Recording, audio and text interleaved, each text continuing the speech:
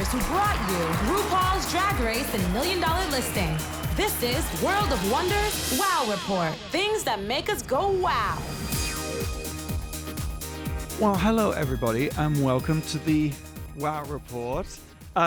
We usually count down the top 10 things that make us go wow.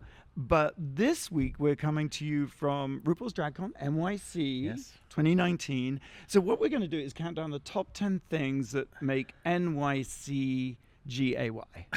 Okay. Gay. Gay. Okay. Things that make us go gay. So I'm Fenton Bailey, co-founder of World of Wonder, joined by Tom Campbell, our Chief Creative Officer. Hello, Fenton. And I'm very excited to welcome our special guest, first special guest of 3, because James St. James isn't here. He's so you're standing in for James St. James. Okay. And I'm very excited to say we have 3 special guests for James, because he's a lot of woman. he's like the Holy Ghost, the Spirit, the Father, the Son, the Father, and the Holy Ghost. Trinity, the James St. Trinity. James Trinity. So Yes. Martin Boyce, Hello. it's an honor to have you here. Might we need to lean right into this mic? I know we're obnoxious that way, but thank you. And you were at Stonewall, because that is number 10. Number 10. How can we talk about New York City and GAY without talking about Stonewall 50 years ago? That's right. Over to you, Martin. You were there. Well, I was You there, yeah. Well, Stonewall was important for a number of reasons. I mean, it was a dancing bar, but a lot of hip things were going on in Stonewall. The place was a dump, but the people turned it into a certain magic. And if people had arguments, the jukebox was used to answer an argument or to send a message. The drag queens controlled the jukebox because they vogued. And you had to make sure you played something they'd like or you'd never get back to the jukebox. So not much has changed anyway. The first lip sync for your lives. Well, the prices have changed because I one day got nostalgic. A friend of mine was leaving New York, and I played I'm leaving on a jet plane with Peter, Paul, and Mary, and I was not forgiven. And my father had to double my allowance for week after week to buy those Queen's drinks till I came back there, played Aretha Franklin's Respect, and was accepted again. Peer pressure. Yes. Now, did you guys meet during doing the documentary, the YouTube documentary? The Stonewall riot, of course, I was there. No, I wasn't. No. I No, wasn't. I No, meant we the did meet. Yes, documentary. we met when we were making Stonewall, the documentary. Martin very kindly agreed to come out, and the documentary is, we did it with YouTube and StoryCorps, Dave I say from StoryCorps, because his first documentary was about the Stonewall riots. It was an radio documentary made 20 years after, and it was the very first documentary. And YouTube came to us and said, can you make this a film? And we're like, oh, sure, yeah. Little realizing and thinking how little archive, we're just so used to everything being an Instagrammable moment. We're just, we'll put in lots of archive. And there was none. Right. So Randy, I have to give credit, Randy Barbado, co-founder of World of Wonder, said, let's get young LGBTQ actors and influencers to lip sync these original interviews. Right. And Charlie Carver lip synced you. Yes. How did you find that? Oh, it worked out so well. I thought maybe a louder queen or a scared drag queen or what I was then would have been more representative. That's what I thought. But no, it worked out because to look at youth is important. I mean, it's very difficult to look at me now and think I did anything. But to see youth takes you halfway there, and it's easier to listen to my words then, I think. Yeah. He created a circle in which my words came through. Right. Yeah. And the older and grouchier I get, I try to be less grouchy because everyone's like, oh, the young people, they don't understand, they don't know. They weren't exposed to it. So it's so great that this documentary came along and that you and Randy were able to find a way to sort of link two vastly different generations so people could know what Stonewall was about. It's easy with all the information, Kardashian and not today, to miss some of the important stuff. And this 50th anniversary, I think a lot of good stuff, a lot of attention has been given to Stonewall and its importance. And intergenerational wise, it's been Right. given. That's what's important. Yes. I mean, this is the first year where I really felt it, Yeah. where you could answer more in-depth questions that young people were asking because only a certain amount of people would ask. But now generally, because I was at the New York State Fair and they had Gay Pride Day up there and they raised the gay flag next to the American, which was very beautiful. And there were really interesting questions by these people. And I was glad to hear it because I'm glad to hear we're moving towards a kind of history, like a new kind of Homeric history. Yes. Not the academic history Yes. of the past, because we are the heirs of Homer and Sappho and such.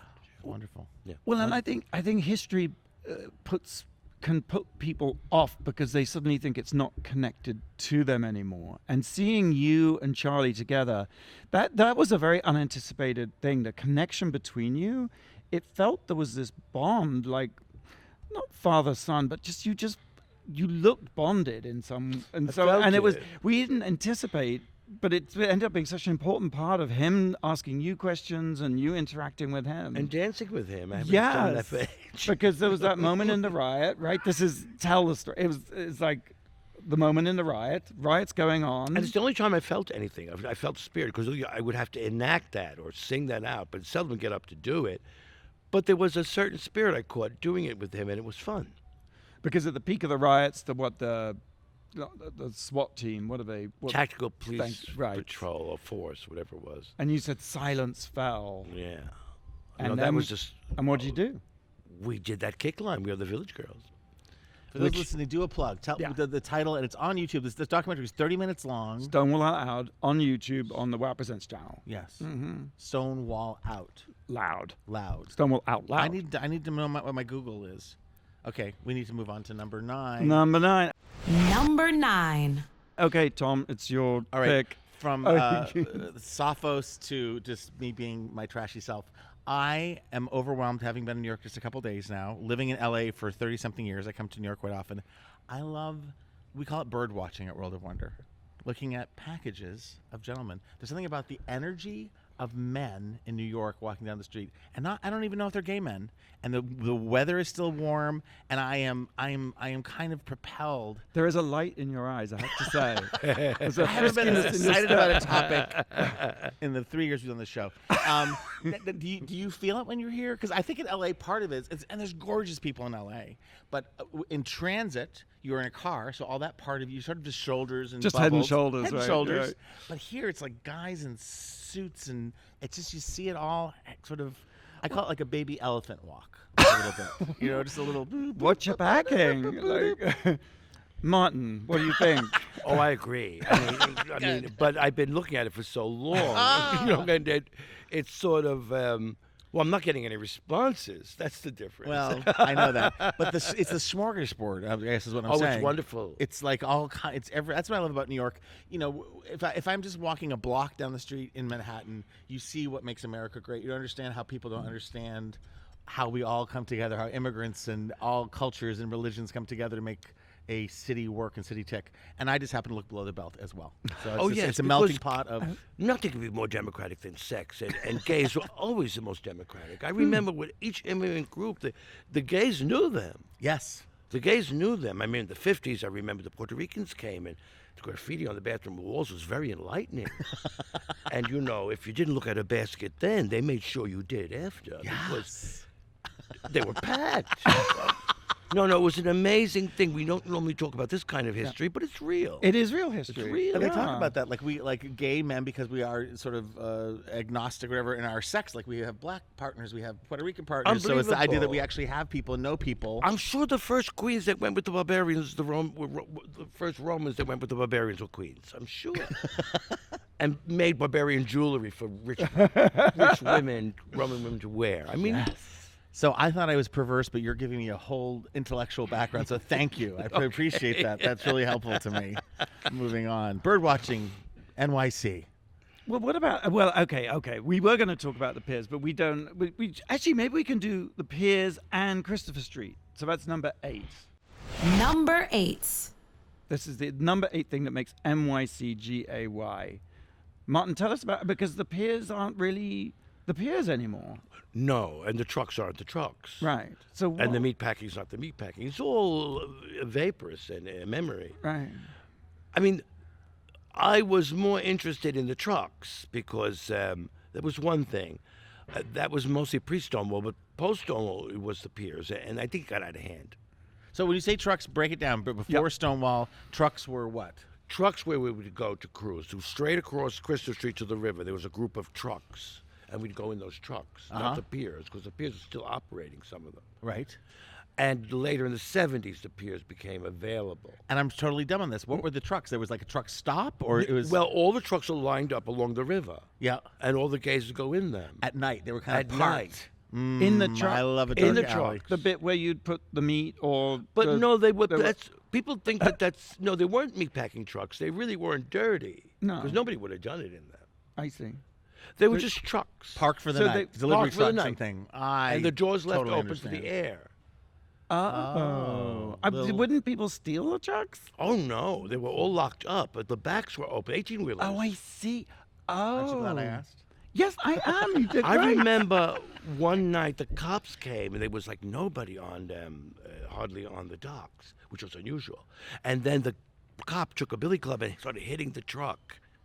And I hate to say it was like roaches there. And people just started pouring out I'm of the sure. trucks, pouring out. But if the police came and shined a light, then everyone was trapped in the truck. But they couldn't be accused. Not everyone. I was just checking out the truck, officer. Just looking around. Right, they would have the amazing excuses, and it would take a long time to interview somebody. I mean, even 5 minutes is too long when you have 100 people in the trunk. Right. I mean, some are going to Huh. get caught because we always thought you know, if you're dumb or if you have bad luck, you're going to get caught. But otherwise, if you're, in New York and you have the wits, you're going to get out of a situation. Most people did. And that's what would always. I used to cruise when I first came to at school in Boston, and when I first came to LA before computers and stuff, you cruised, and there was always like the mixture of danger with sex, which I don't know if that's a good thing or a bad thing. It just was a thing, which makes my life really dull now. But not knowing what was around the corner, and I was sort of.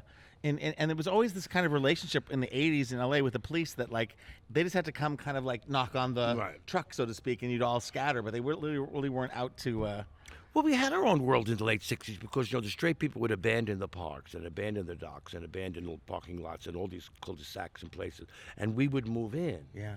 The trouble was, of the camp followers, our camp followers, the Vice Squad, the hustlers, the deceivers, they would move in with us. So sometimes you'd hear a scream in the park. I remember reporting it once. It was a big mistake. I only did it once, and you had to learn. I should have been taught. But the cops were like, well, you don't have a dog. Why are you in the park? You don't live near here. Why are you in the park? Come over here, Joe. You got to listen to this guy's queer story. And then they would all come over, rubbing their chins. And you were the culprit then. Sure. Worse than whatever you were going to report. Since you're provoking, you're in the park at the wrong time. It was never like, so is this assassin or whatever it would be. Right. No, it was a different world. But it was like a film noir. Yes. It was exciting. Dangerous, but exciting. And there was a different language, and there's different. absolutely. You knew the signs and the signals. Camp and- was a little stronger in a certain way because there's much more to make fun of. Yeah. I mean, the double entendres, because we used to have certain rap sessions, but they weren't called rap. We would just go to Macy's and to the makeup counter, which was not against the law. And about 6 or 12 of us, the first time this happened, because in the 50s you couldn't, and we put on makeup. But they couldn't call the police. It wasn't against the law. And the security guards didn't know what to do, so they had to buy us off with makeup. And they tried to give us the crappiest makeup, but these queens knew their makeup. They wouldn't leave until they got good makeup. So they were shaking down the makeup counters. Wonderful. That was and then we'd go to the zoo together, to the museum together, about 12 or 13 loud drag and scare drag queens, like Boy George, androgynous looking. It was the first time I think people had done that, but there was safety in numbers, and there was a real freedom in that. Because we did love art, and we did love all these things, just like everybody else, or more so. Yeah. Because the muses were our guide, no matter what you did. You always had a creative edge if you were gay, it seemed. So it was amazing to see that. So the spontaneity, which was true of Stonewall, is also not true in a way, because something was going to happen. Something was coming. Something. Otherwise, why would it be so bold? Yeah. And it's fascinating to hear you talk about it. And what, now you're here, what do you make of DragCon? What's your first reaction? Oh, well. You can be honest. Yes. Well, they've always been, it's always been, it was like a spectator sport at one time. There was always the Club 82. The Mafia used to go there. People did like to, or the Jewel Box Review. It was well attended in Harlem. And people did like to see these queens. But once off stage, their lives changed. But now they have a world. They're at the Javits Center, and many places that people could also appreciate. Their waitresses could never find a drag queen with a job in the 60s. You couldn't. No one would want food served from a drag queen. and all sorts of things. But now they have a world. I know that drag queens are on the front line still of the firing squads of of what's happening in the gay world, the attacks on them. But nonetheless, they're growing, and they have a voice, a strong voice, and it's a good voice, and it's a good look. Well, right. Good to have a look with the voice. Yeah. Unless you're Winston Churchill. So. Well, Martin, thank you. It's so nice to have you with us. Thank you for joining us. Oh, thank you very much. We're going to be right back after the break. We're counting down the top 10 things that make NYC GAY-ish, right? That's right. Stay tuned. We'll be right back. It's the Wow Report on Radio Andy. You're listening to World of Wonders Wow Report. And welcome back to the Wow Report on Radio Andy. I'm Fenton here with Tom. And our next very special guest, standing in for Jameson James, is Simon Doonan.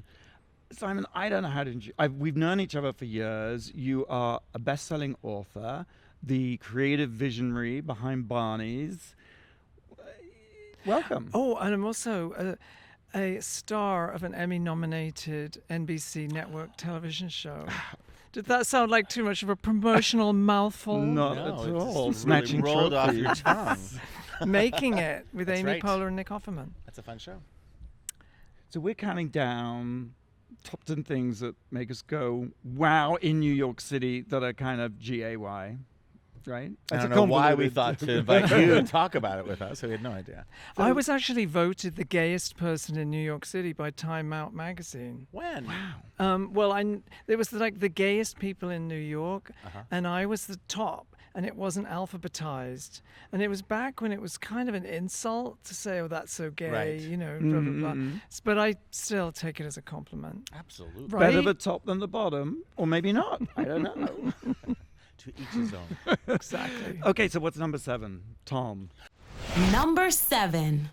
We are going to talk about Studio 54. I visited very late in life, so were you at the real Studio 54? Yes, I did. Tell us everything. I came to New York, and it was sort of the punk era, so I was wearing like plaid bondage and all that kind of era from England. But everyone I knew was charging off to Studio 54, and it was really everything. I thought in a way I'd walked into Madame Tussauds, because there was Andy Warhol and there's Bianca Jagger and Liza and blah blah blah. And I was thinking, squinting, is that really them, or they just have very good lookalikes? But it actually was. That's the thing about it. It was weirdly exactly what people said it was going to be. Was the world of celebrity then not smaller, but more intimate? Like, Smaller, was it? I think. Okay, smaller. Well, the fabulous thing about it, which I loved, was how tacky it was. Like, back then you had people like Alan Carr and Sue. Like, that was before everybody got fixated on being cool. Right. So, and I think cool can be a bit of a fun suck. It can be a bit of a bummer. Back then, being tacky was like totally fun. It was like, Yes. woo, disco. The 70s was the last great decade that way. That we were just. I know. It was like polyester, yes. Caftans, why not? Have you seen the Alan Carr documentary? Yes. I loved Well, it. didn't you? I looked at it and I thought, oh, I really miss when people were just tacky. Yes. It was so fun. Well, I went to a screening in LA at his house, Alan Carr's house, that's Hill right. Haven Lodge, which is now owned by Brett Ratner, who I think was one of the executive producers Yes. of the film. And the disconnect I always have when people talk about the past when you weren't there was like, it just, in my mind's eye, it sounds so enormous and on a scale like Cleopatra's Egypt or something. And we went down to the basement disco. It was tiny. You couldn't The size of swing- this table. You couldn't swing a cat. And I'm not complaining, but I just wonder like what it's like, the way people remember Studio 54. Does it feel to you accurate to the way it actually was, or is it all wildly Exaggerated. Yes. I think exactly. It's looked at through a prism of nostalgia, and it was actually a naff little room with some great light fixtures hanging from the ceiling and a few banquettes. So now we saw it in reality. Now we'd probably scream with laughter at how naff and dinky that it was. But it was glamorous in that there's Bianca Jagger, hanging upside down from one of those light fixtures that went up and down. and Disco Dolly or whatever her name is, that ancient woman that wore a leopard yes. dress. Now, And Rollerina. Was there sex in the balcony?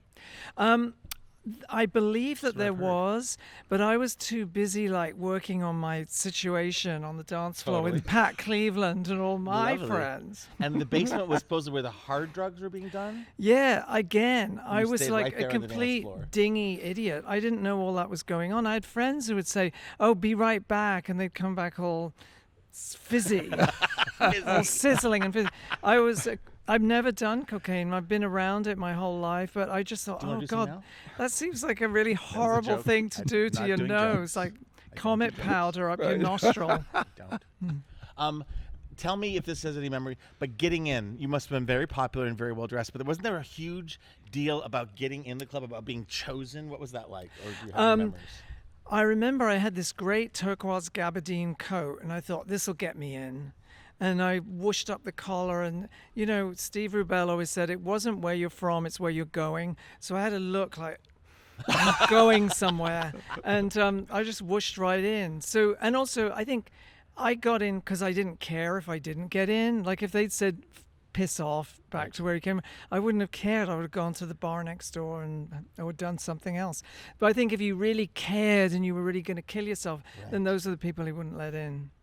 If you were just blasé about it and fabulous, You got it. AKA me. I'm gonna get a turquoise cape after this with a collar. And that Well, you're look. at the right place. You're at DragCon NYC, and you can get a turquoise cake. There'll be several choices today.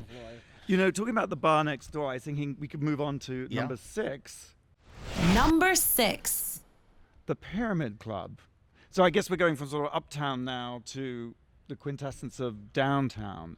I mean, Tom, have you ever been to the Pyramid Club on I'm Avenue embarrassed Ave? to say I was like a preppy. I was not at the Pyramid Club ever. I know it's such a big part of James's background and yours and Randy's, so I want to hear all about it. Yeah, well, Randy and I would go, we'd cut film, it was film editing class, and we'd and go to Pyramid Club for happy hour, where they would pour gin and tonics that were just a tumbler full of gin with a tonic. yes.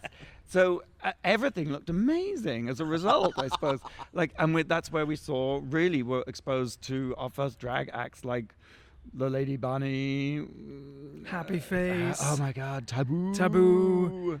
Lip Yeah. Syncer. It was incredible. For me, there was a huge overlap between the window dressing community and the Pyramid Club. Like everyone I knew in window display was all habitués of the Pyramid Club. And that same kind of glue gun, ratchet aesthetic applied to the drag and the place itself. And the people who were there, they knew how to make something out of nothing. It was a displays-y kind of sensibility, creating fun out of nothing, out of that crappy little changing room that was in the basement. There was a spiral staircase that went down, yes, a very ultra crappy room. But of course, everybody wanted to hang out there, as if the bar upstairs wasn't scuzzy enough. Everyone crowded into the dressing room. And Delight. Yes. They were there. Delight. No. Madonna, Martin Boyce. I have this clear memory. Martin Boyce coming by the pyramid. I didn't know who he was. He was fabulous. He was wearing ripped jeans before ripped jeans were a thing. It must have been 1982. He had the cover of Madonna's album. I had no idea who she was. And I was just sort of looking at it. He did the artwork. And he was her roommate, correct? I think, yeah. No, it was great. It was a time when you felt anybody could do anything. Everyone there was people who'd come from some godforsaken little town, clawed their way on trailways on a Greyhound to get to New York City, and their chutzpah.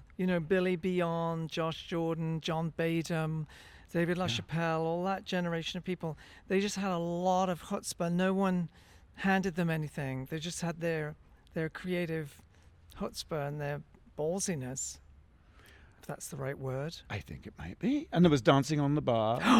Yes.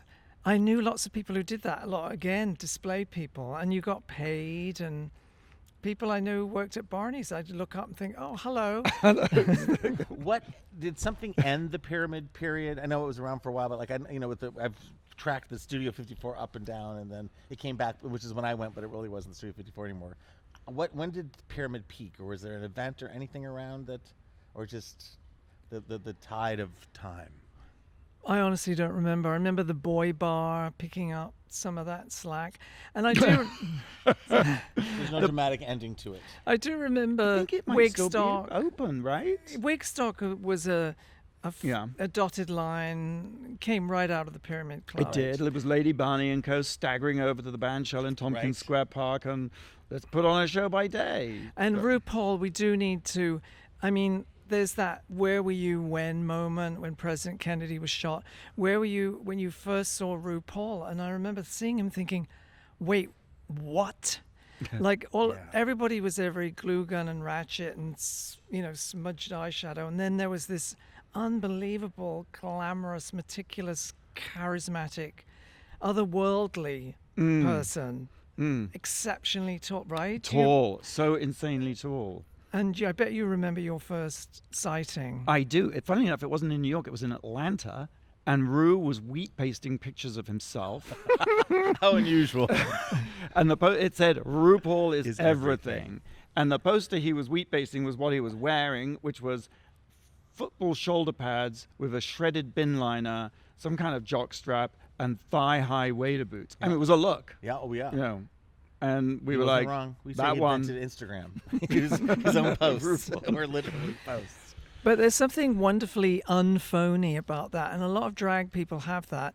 Like Suzanne Barch has that. She'll hand out flyers anywhere. That acceptance that you really have to promote the shit out of yourself in order to break through, in order to get people's attention. And drag produced some brilliant promoters because you have to promote to get. Like in the movie Tangerine, she keeps handing out flyers Yes. for her. So I'm the same way. I love a bag full of flyers. In fact, I think I have them for my book. No, exactly. Speaking of promotion, gonna you say, are the author of the forthcoming The Complete Story of Drag the Complete Story. September 17th by Simon Doonan. And it is a fabulous book. I've seen a Oh, copy and I thank love you. Mm. Well, there's two reasons to buy it. First of all, it's great. Right. And I threw every ounce of my creativity into it. Secondly, 100% of my proceeds benefit the Ali Forney Center in Hallelujah. Harlem. So God bless you. All right, Well- we're running out of time. We have to go from downtown back uptown to... Number 5.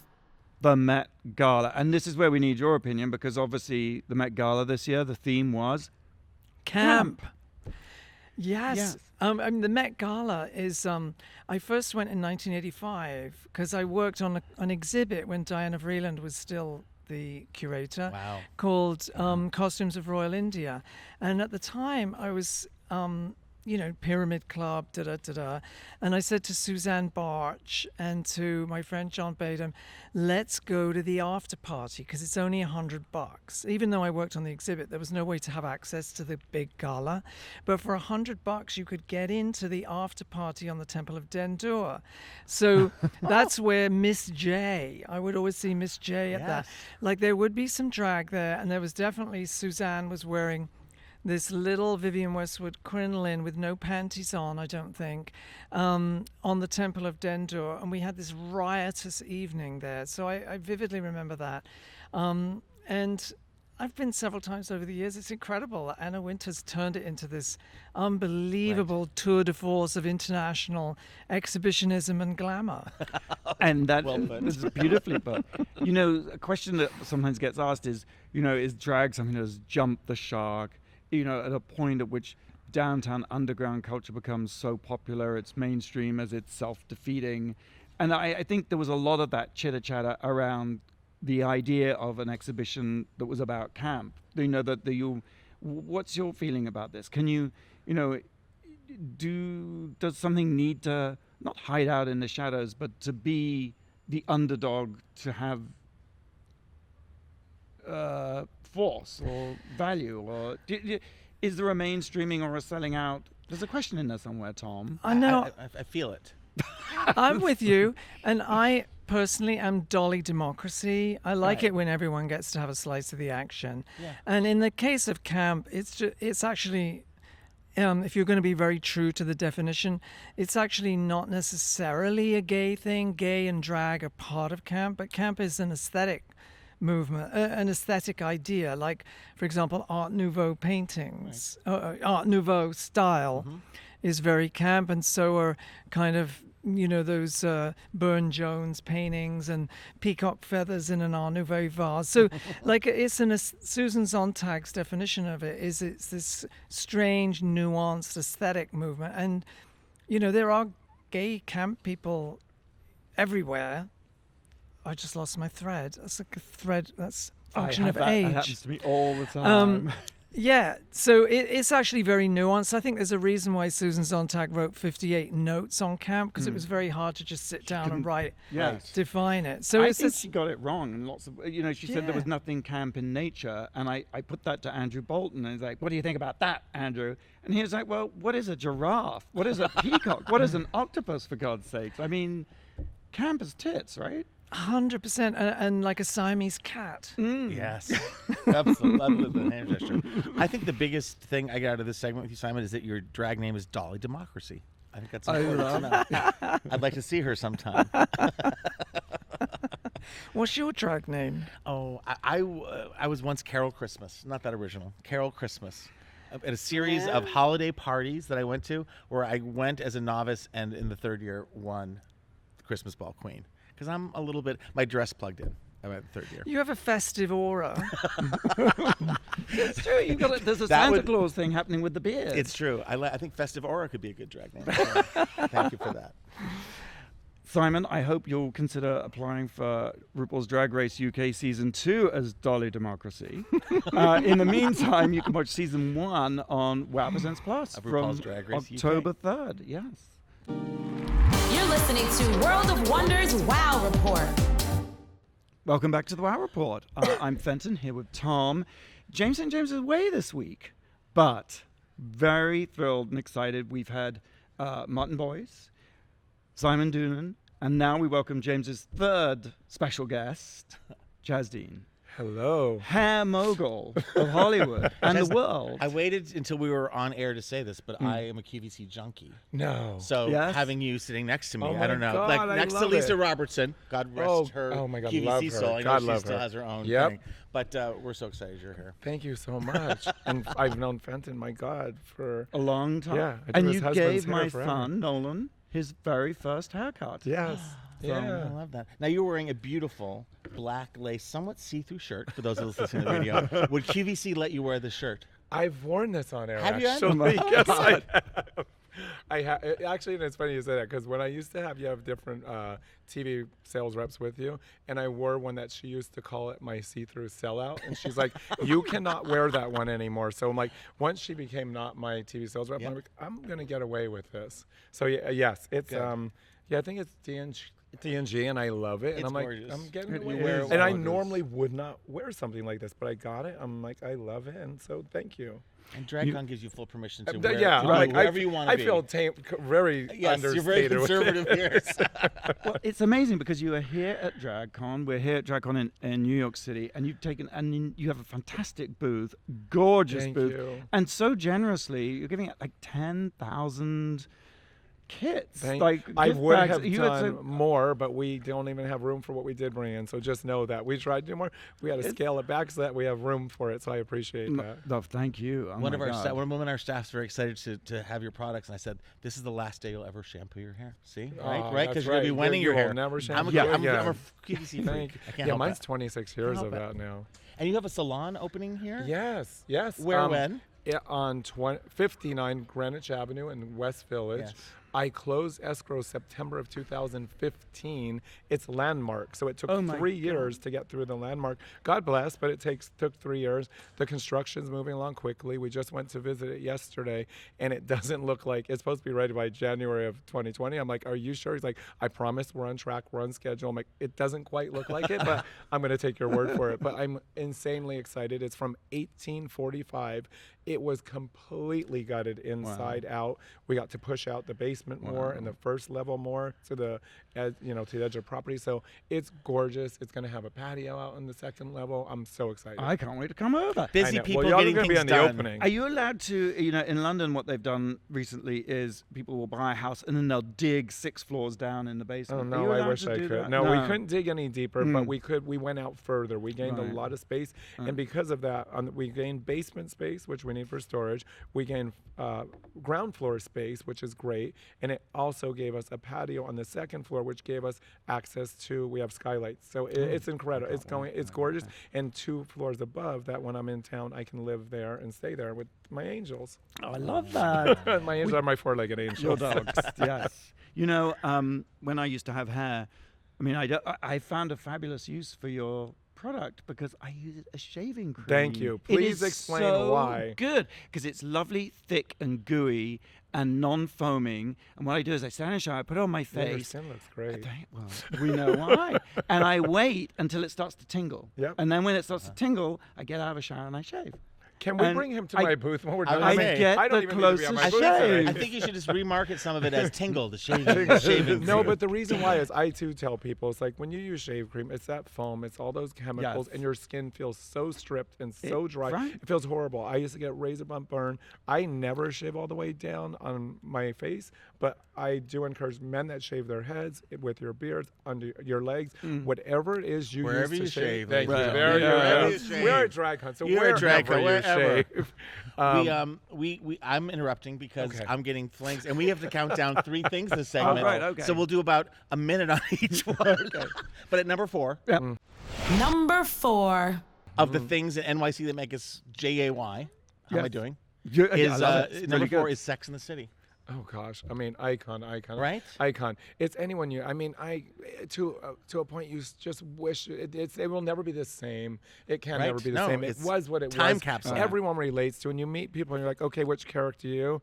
And it's like, I just asked my publicist, which are you? And she's like, I'm Carrie Ann Smith. I'm like, I would agree with you. You kind of want to be a bit of both. But the part about Carrie is like, I would not let, I wish she had more of a stance and didn't let the man control her and so forth. So that element. But yeah, people always relate to 1, 2, or 3 combined. The thing I relate to is the Cosmopolitan. It just did things gosh, for yeah. Cosmos, right? Yeah. I just crave a Yeah. Cosmo when But when you you say think Sex about and it, the City.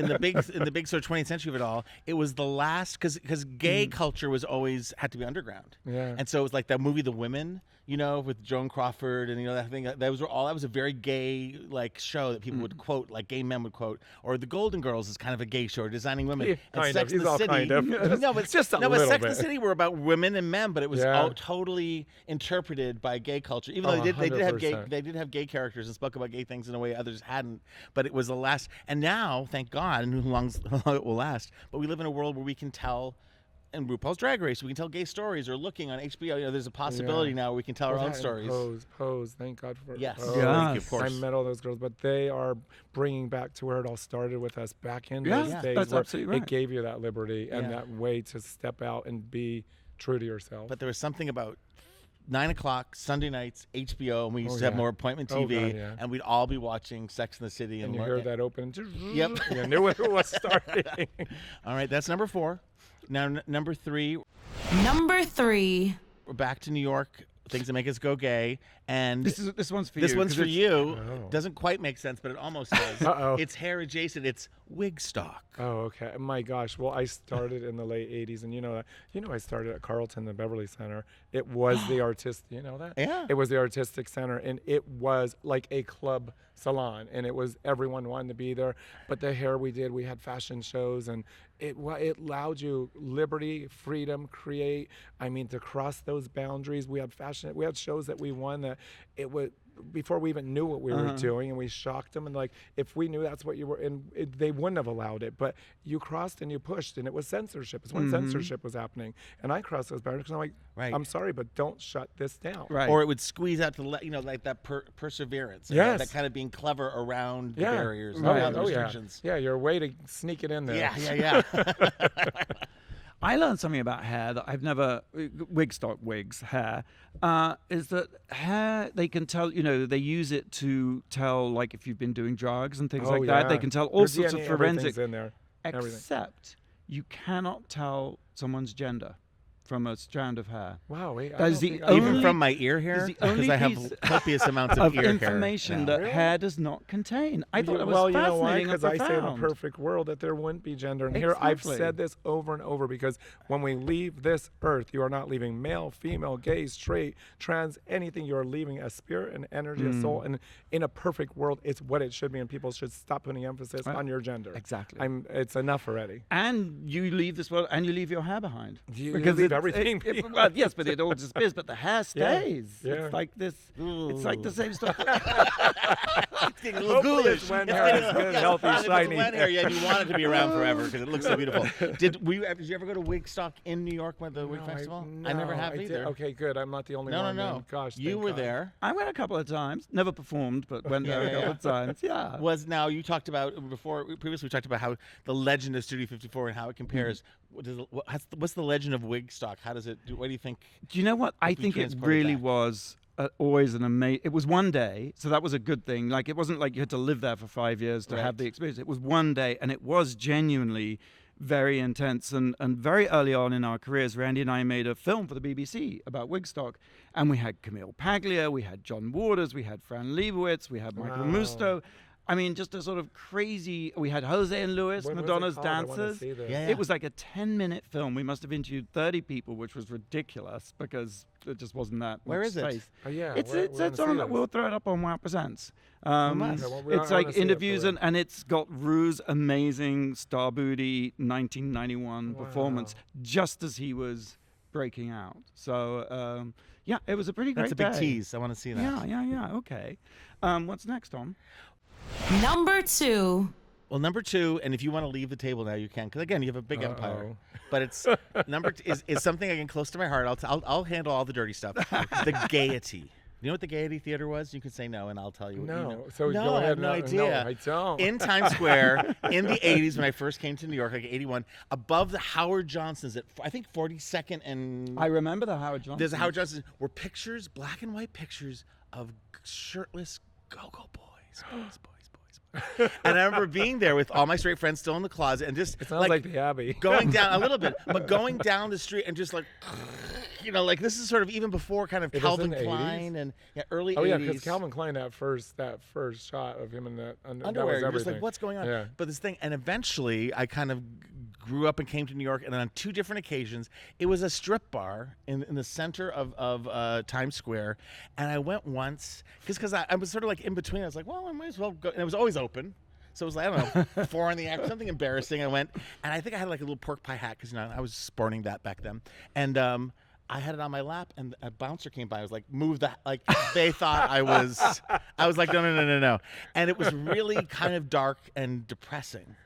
So a few years go by, and because, I am who I am, I think I had bought tickets to Titanic, the 97, and I had to kill time before, like, 8 o'clock. So something went down. I'll pop in. I'll Did pop you have in. your porcupine hat And still? this time they had strippers from Montreal who came down. And let me just tell you, Celine Dion and strippers, male strippers. That's what Montreal is about. Huh. And Actually, I went to a club. My cousin got married in the Gaiety? Yeah, no, in Canada, and it is very different there. The strippers are like you right? just said. They were like oh, like yeah. they're There's raised much more and freedom like, happening and there. Raised to be they're strippers? They're Like a given sort of- goat yes. milk or something. They have very beautiful. They have Wen product all over their All bodies. over their very bodies. perfect and smooth and vibrant. Slathered in wind. And then, of course, the Gaiety became super famous, right? Because Madonna put it in her sex book. I didn't She know shot a lot that. there with.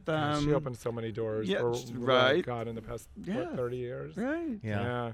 So that's our tacky tour of the Gaiety in Times Square. But it was, I can't tell, I mean, again, it's present, I was impressionable, but like there was so much male imagery from Calvin Klein on. There's so much more beefcake and stuff in the way we're advertised. It's not as shocking to see, but then it was just to see like on that second floor were these black and white photographs of like guys. And again, they were very G-rated shots, but they were shirtless, and I was just like, My neck would, I would be with all my straight friends and my neck would, as we went by in the cab. We know you're ahead. Yeah, you know I am. Okay, well, we'll be right back. We're about to reveal the number one thing in NYC that's GAY. But hey, before we do that, a quick question. Okay. Which of the following statements is false?